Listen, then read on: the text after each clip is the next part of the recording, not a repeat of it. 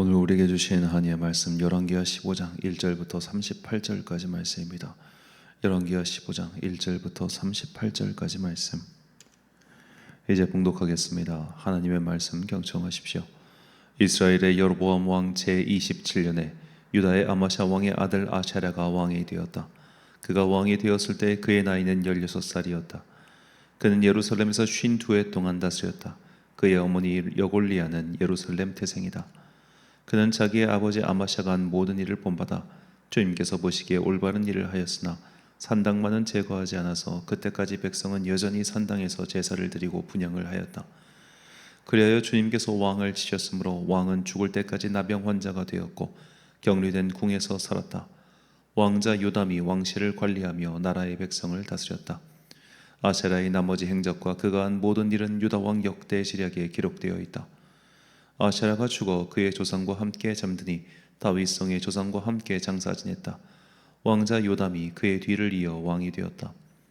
유다의 아세라 왕 제38년에 여로보암의 아들 스가랴가 이스라엘의 왕이 되어서 사마리아에서 6달 동안 다스렸다. 그도 또한 조상이 한 것처럼 주님께서 보시기에 악을 행하고 이스라엘로 죄를 짓게 한 느밧의 아들 여로보암의 죄에서 떠나지 아니하고 그것을 그대로 본받았다. 야베스의 아들 살룸이 역모를 꾀하여 백성 앞에서 그를 죽이고 그의 뒤를 이어 왕이 되었다. 스가랴의 나머지 행적은 이스라엘 왕 역대 시작에 기록되어 있다. 주님께서 예후에게 그에게서 난 자손이 4대까지 이스라엘의 왕좌에 앉을 것이라고 말씀하신 그대로 된 것이다. 야베스의 아들 살룸이 유다의 우시야 왕 제39년에 이스라엘 왕이 되어 사마리아에서 한 달 동안 다스렸다. 그때 가디의 아들 므나헴이 디르사에서부터 사마리아로 올라와서 거기에서 야베스의 아들 살룸을 쳐 죽이고 그를 대신하여 왕이 되었다. 살룸의 나머지 행적과 그가 역모를 꾀한 일은 이스라엘 왕 역대 시작에 기록되어 있다.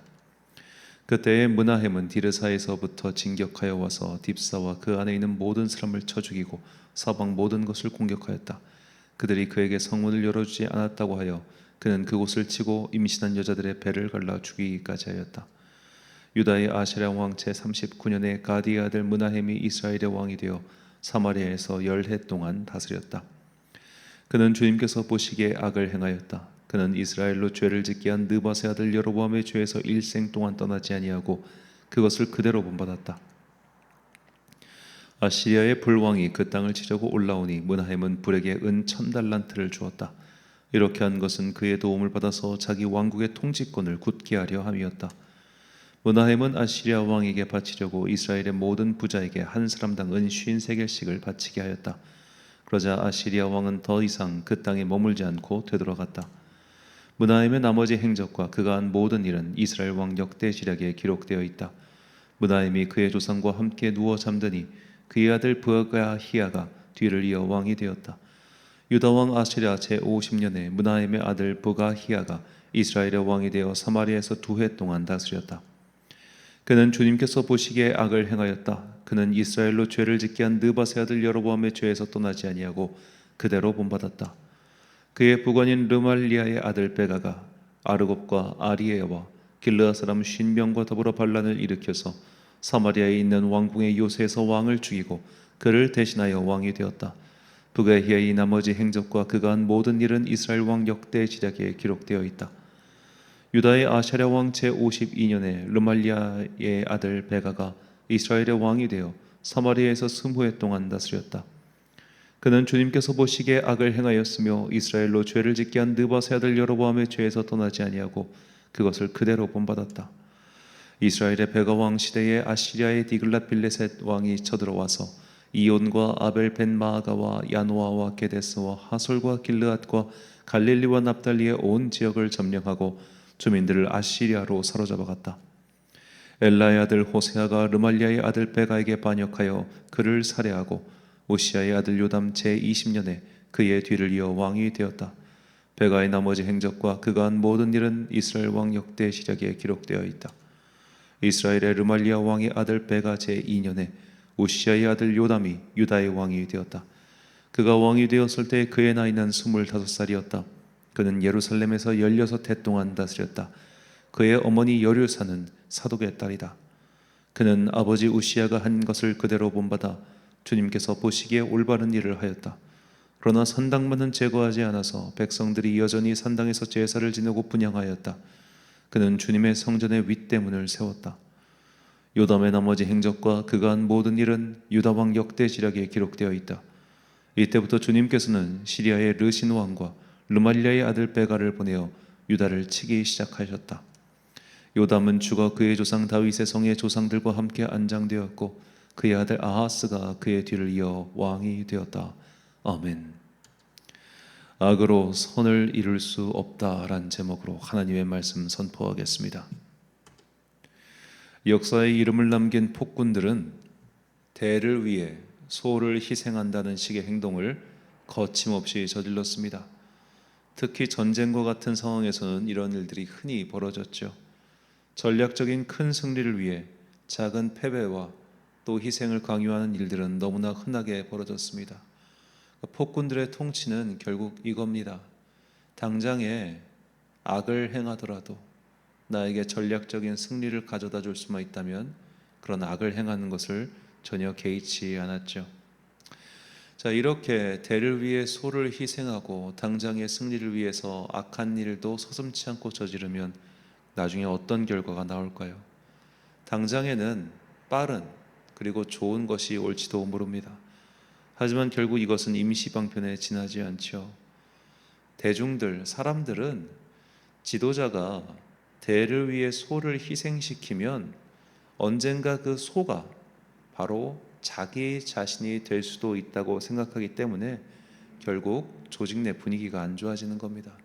그러니까 큰 조직이든 작은 조직이든 조직을 위해서 네가 희생해라 라는 것을 누군가에게 덤태기를 씌워버리는 순간 조직 내 분위기는 경직될 수밖에 없습니다.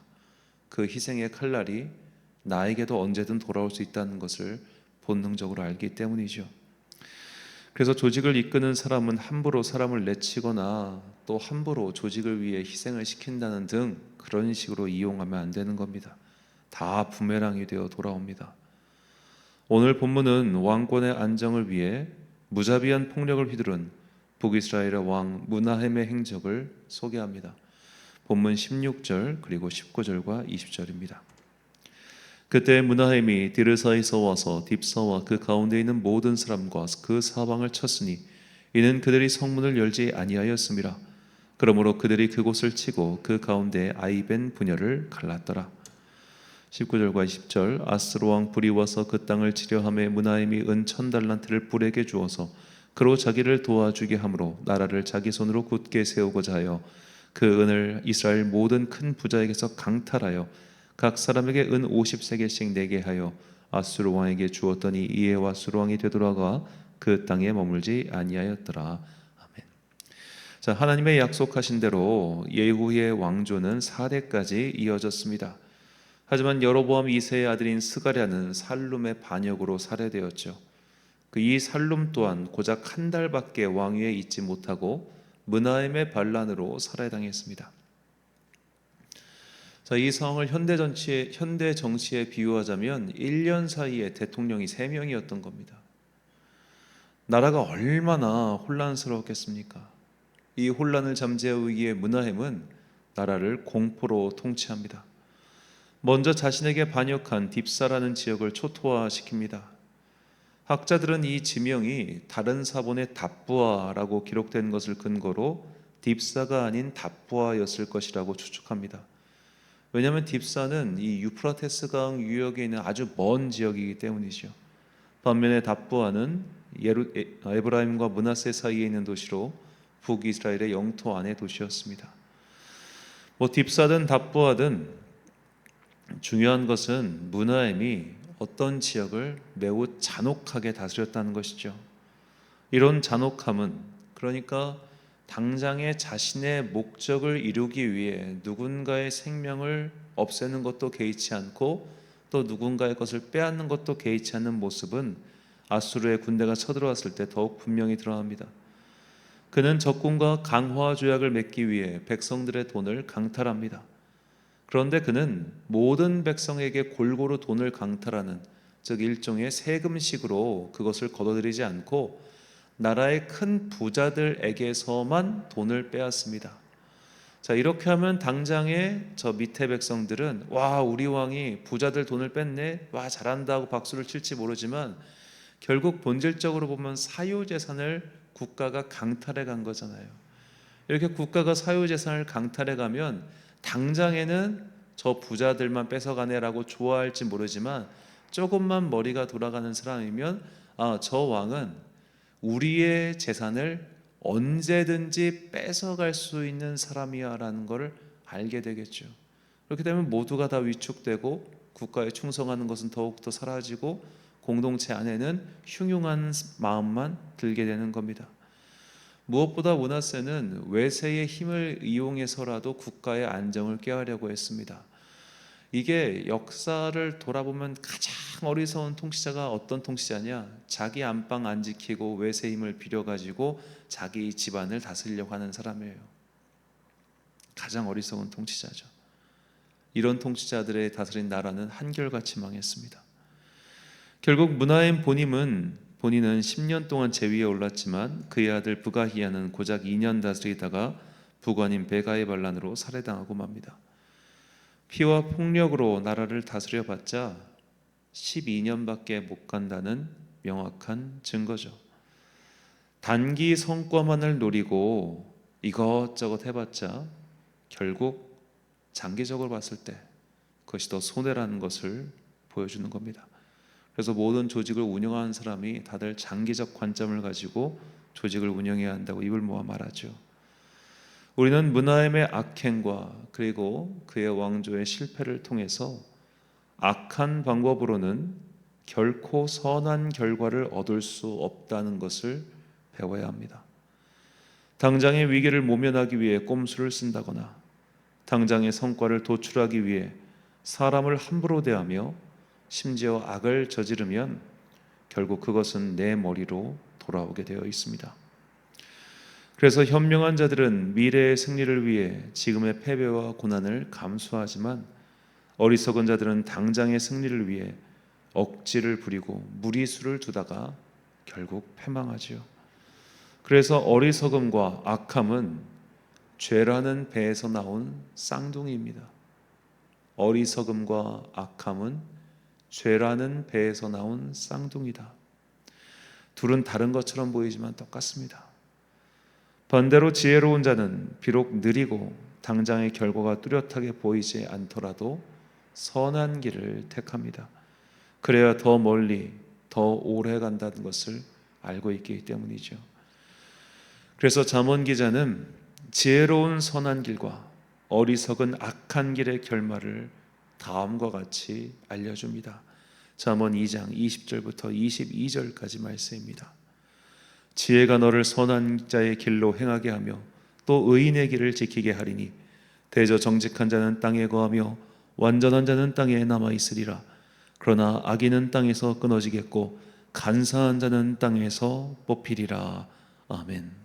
사랑하는 천안광성교회 성도 여러분, 그리고 이 새벽을 함께 깨우고 계신 귀한 주님의 자녀 여러분, 눈앞에 닥친 문제를 풀기 위해 바르지 못한 방법을 동원하면 동원할수록 문제는 더욱 꼬이게 되어 있습니다.